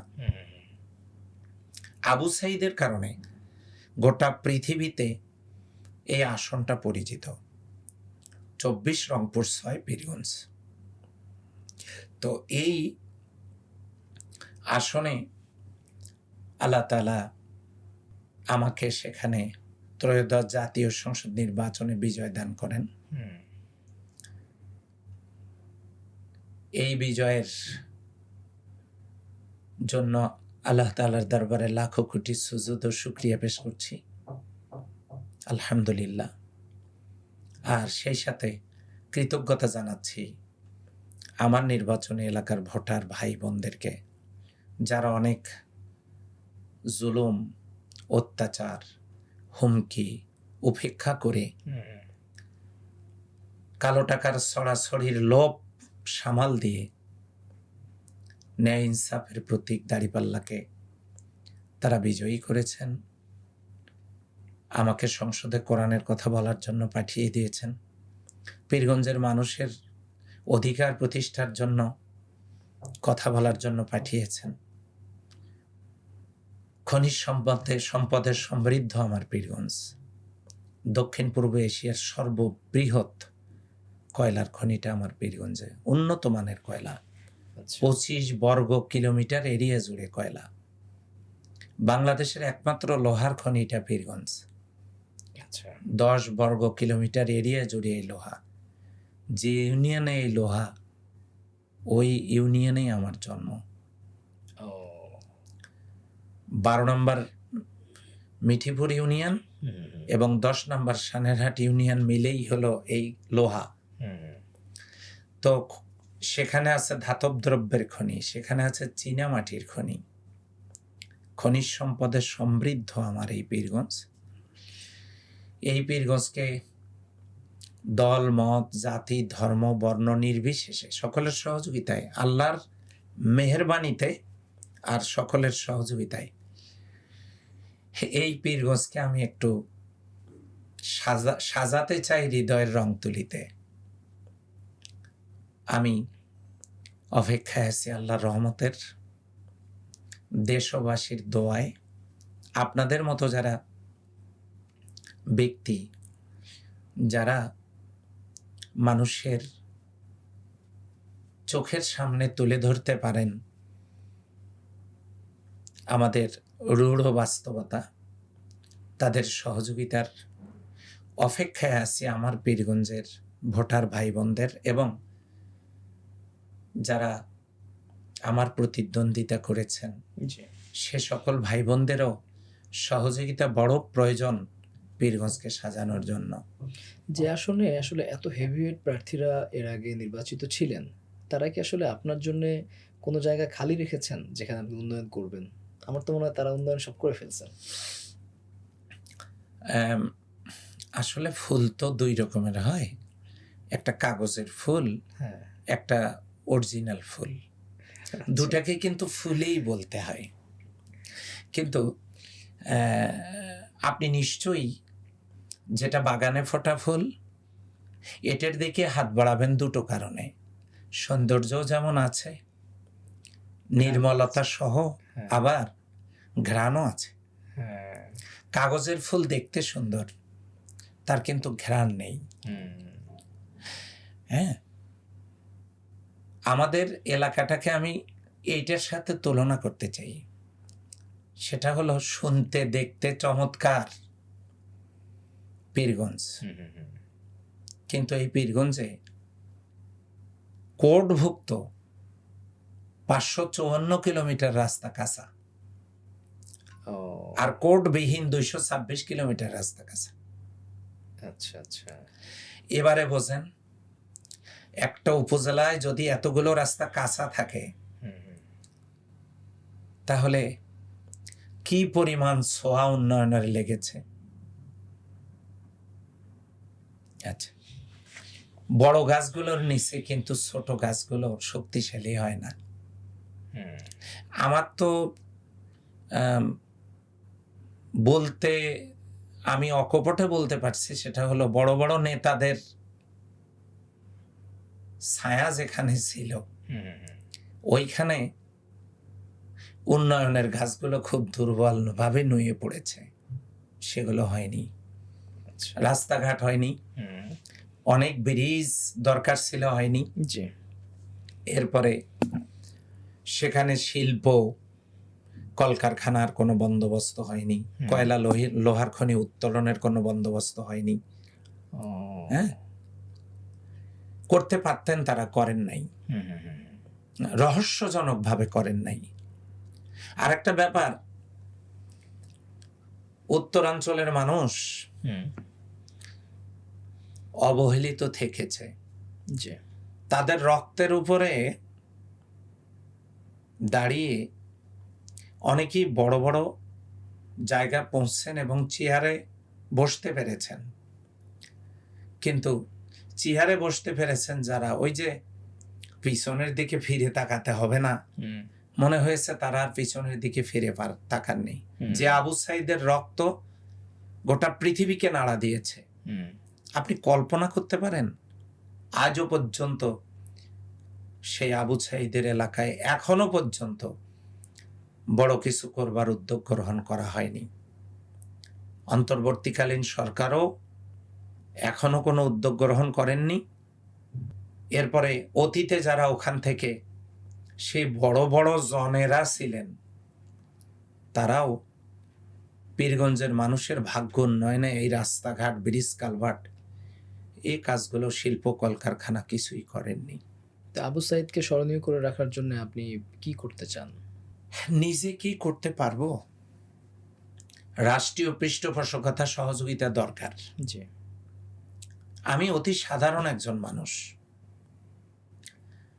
ওই রাষ্ট্র যদি তার রক্তের ঋণ পরিশোধ করতে চায়, আজকের সরকার, আজকের পার্লামেন্ট, আজকের যে এই যে সংসদ অধিবেশন, এগুলো আমার দেশের এই তরুণ যুবক, এই বিপ্লবী চেতনার একদল মানুষ এই দেশে জন্ম হয়েছিল বলেই তাদের রক্তের উপরে এই চেয়ারগুলো আছে, এই পাওয়ার ক্ষমতা এই সংসদ, আজকের সংসদ, জি তারা যদি তাদের মূলকে ভুলে যায় তাহলে এটা তাদের বড় ভুল হয়ে যাবে। শহীদ আবু সাইদকে আমি পার্লামেন্টের অধিবেশনে ছিলাম, কই কেউ তো বলল না শহীদ আবু সাইদের সম্মানিত পিতা আজকে সংসদের দর্শক গ্যালারিতে উপস্থিত আছেন। হ্যাঁ কেউ তো এই কথাটা বলল না, বলেনি। এ কথাও বলেনি সরকার প্রধান থেকে শুরু করে মাননীয় স্পিকার, এখানে মাননীয় প্রধানমন্ত্রী জনাব তারেক রহমান, তিনি তার বক্তব্যে, এবং মাননীয় স্পিকার তিনিও তার বক্তব্যে বলেননি শহীদ আবু সাইদের পিতা, যিনি এই আন্দোলনের তো প্রথম শহীদ, শহীদ আবু সাইদ, জি তাকে ডাকাও হয়েছে, তিনি এসেছেনও।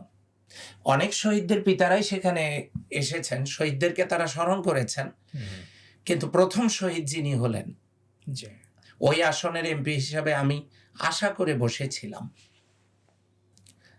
তাহলে আমরা অবহেলায় থেকে যাচ্ছি কিনা আবারও? আমি মনে করি রাষ্ট্রপ্রধান, সরকার প্রধান, আমাদের মাননীয় স্পিকার শহীদ আবু সাইদের এই, যেখানে শহীদ আবু সাইদ শুয়ে আছেন, ঘুমিয়ে আছেন, যার টকবকে রক্ত গোটা দুনিয়াকে নাড়া দিল, উন্নয়নের সকল কর্মকাণ্ডের সূচনা সেখান থেকে শুরু হওয়া দরকার বলে আমি মনে করি। প্রত্যাশা থাকবে আমাদের মাননীয় প্রধানমন্ত্রী এবং আমাদের জাতীয় সংসদের মাননীয় স্পিকার এ ব্যাপারে সরকার এবং বিরোধী দল সবাই উদ্যোগ গ্রহণ করবেন। যার রক্তে এই সংসদ, আর সেখান থেকে কাজের সূচনা হওয়া দরকার। যা এতদিন হয়নি সেগুলো হওয়া দরকার, যেগুলো সম্ভাবনাময় সেগুলোকে উন্নত করা দরকার। খনিজ সম্পদগুলো উত্তোলনের মাধ্যমে সেখানকার বেকারদের কর্মসংস্থান সৃষ্টি হওয়া দরকার। তবেই না আবু সাইদের মতো বীরেরা জন্ম হবে, তবেই না অনুপ্রেরণার উৎস হয়ে থাকবে অনন্তকাল এই আবু সাইদ। নিশ্চয়ই সেই আসন থেকে জনপ্রতিনিধি হিসেবে আমি আপনার মাধ্যমে আমাদের রাষ্ট্রযন্ত্র, সরকারি দল, বিরোধী দল, আমি সকলকে বিনয়ের সাথে অনুরোধ করব যে অবহেলিত অঞ্চলগুলো, আমি শুধু এককভাবে এটা চাইব না, শহীদদের রক্তের স্বীকৃতি শুধু বক্তব্যে আর কাগজে লিখে না, তাদেরকে আমাদের প্রেরণার উৎসের জন্য রেখে দেওয়া দরকার হৃদয়ের ভূমিতে। অবশ্যই আমরা বক্তৃতায় স্মরণ করতে পারি, আমরা তাদেরকে আমাদের হৃদয়ের লালন স্মরণ করতে পারি না। স্বাধীনতা যুদ্ধের শহীদদের তালিকাও আমরা প্রস্তুত করতে পারিনি, বক্তব্যে রেখে দিয়েছি। জামাত ইসলামী কাজটা করেছে। জামাত ইসলামী 24-এর এই আন্দোলনের শহীদদের জন্য 10 খণ্ডের অলরেডি পুস্তক তারা প্রকাশিত করেছে, স্মৃতিচারণ করেছে, যা কোনো দলের জন্য, এমনকি সরকারের জন্য সম্ভব হয়নি। তো এই জন্য আমরা শুধু বক্তব্যে নয়, কাজে প্রমাণ করি, শুরুটাকে শুরুতেই রাখি, এটা আমরা শেষে যেন না রাখি। উত্তর জনপদ রক্ত দিয়ে যে স্রোত তৈরি করতে পারে, কিন্তু তারা আবার উন্নয়নের দিক থেকে পিছিয়ে থাকে। আশা করি এবার উত্তরণ ঘটবে এই প্রত্যাশার জায়গা থেকে। আপনি অনেক সময় আমাকে দিয়েছেন, আপনাকেও কৃতজ্ঞতা ও ধন্যবাদ জানাচ্ছি। আল্লাহর কাছে আপনার নেক হায়াতের দরখাস্ত পেশ করছি। দেশবাসী এবং আমার নির্বাচনী এলাকার ভোটার ভাই বোন এবং যারা সেখানকার মানুষ দলমত নির্বিশেষে, জাতি, ধর্ম, বর্ণ, গোত্র নির্বিশেষে সকলের সার্বিক কল্যাণ কামনা করে আল্লাহর কাছে সে ফরিয়াদ করে আমরা একেবারে রমজানুল মোবারকের শেষের দিকে